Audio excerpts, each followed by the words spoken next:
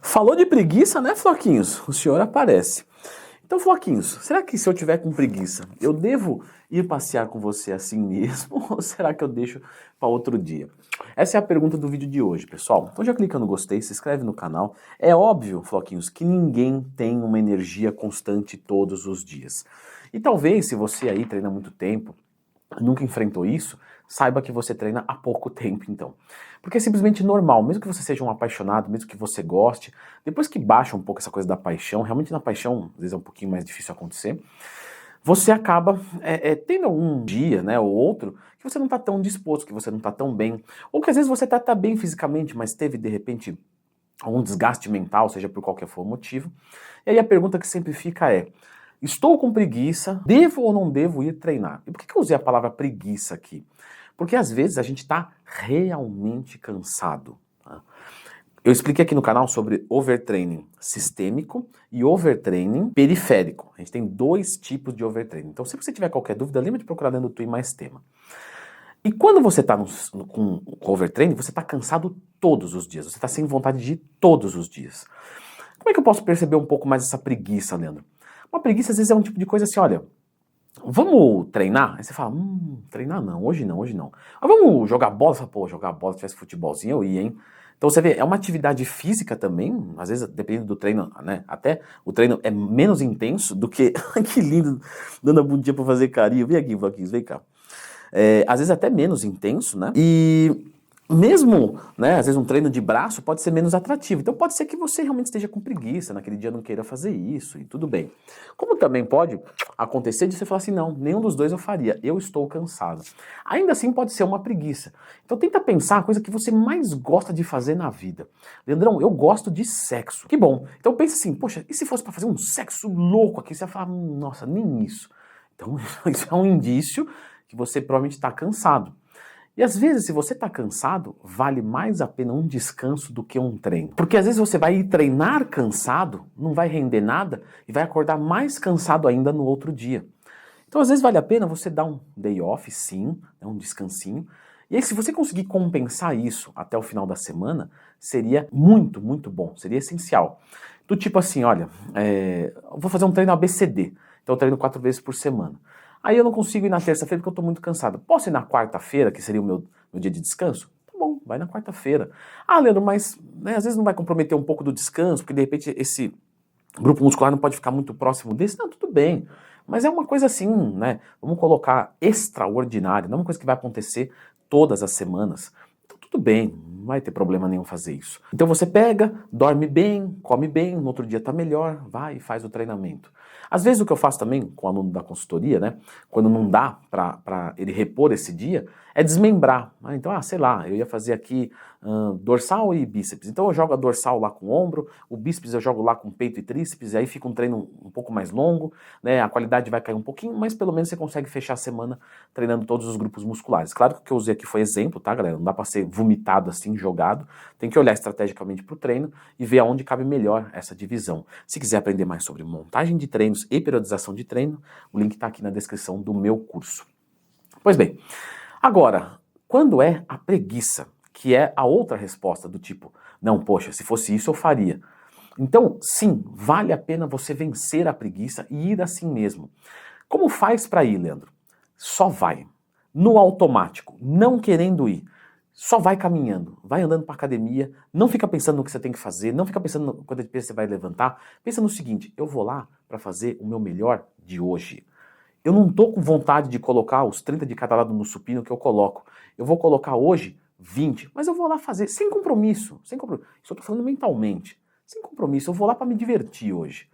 Sai da sua casa, vai se arrastando, chega lá, monta a barra com um pouco menos de peso, executa levando até a falha. De repente a primeira série você fala, caramba, vai, 20 também é muito, vou botar 25. Pá, botei 30, fiz. Quando viu, você fez o melhor treino da sua vida. Quem nunca passou por isso?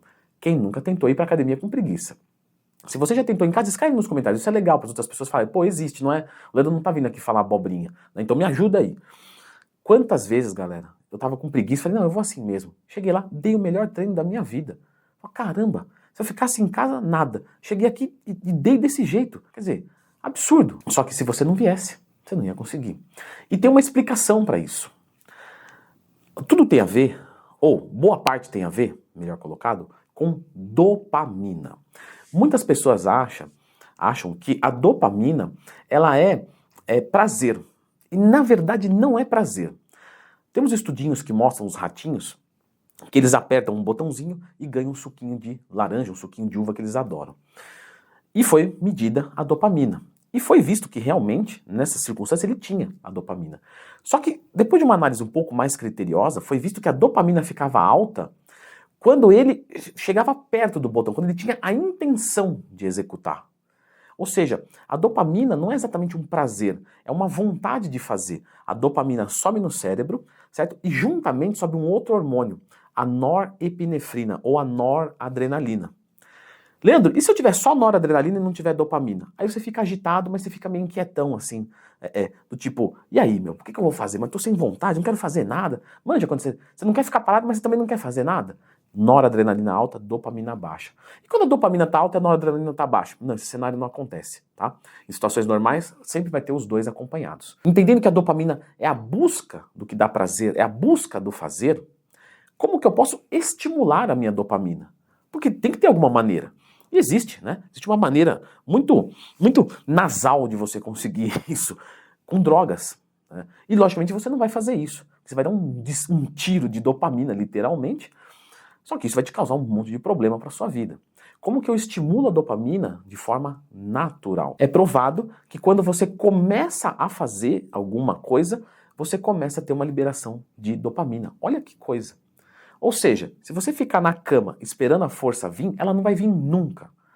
Agora, se você colocar o seu tênis, já deu uma pequena animada. Se você coloca a sua mochila nas costas, liberou mais um pouquinho. Se você vai para a academia não querendo ir, melhorou mais um pouquinho. Chegou lá, viu os pesos, melhorou mais um pouco. Colocou a barra, montou. Vou colocar menos peso. Você fez com menos peso, vai aumentando. Você fala, não, agora eu vou fazer esse negócio. E aí você fez o melhor treino da sua vida porque era só preguiça, não era falta de força. Claro que você pode errar nesse diagnóstico. Você pode achar que é preguiça, você vai, coloca o peso, não consegue aumentar o peso, treina até a falha, mas você percebe que está fraco, que está broxado, que está diminuído, mas tudo bem. Talvez era o que dava para fazer hoje mesmo. Talvez era para você descansar e você fez um meio treino. Ah, tá, tudo bem também. Se isso não for recorrente, se isso não acontecer sempre, então não tem um erro de treino, de periodização, ou um estado hormonal, ou uma dieta errada. Simplesmente aconteceu um dia, você errou e tá tudo certo, vida que segue. Mas o tentar, o se desafiar, ele é necessário, ele é importante. E se você não é um jumento, e eu sei que você não é um jumento, você é um ser humano, você pode replicar isso para qualquer coisa da sua vida. Hoje eu não quero estudar. Tá, tudo bem. Pega o livro e coloca do lado da sua mesa e deixa lá. Daqui 10 minutos se compromete em abrir o livro. Ah, abri o livro. Daqui 10 minutos se compromete em ler uma linha. E quando vai ver, você engaja nessa atividade de estudar.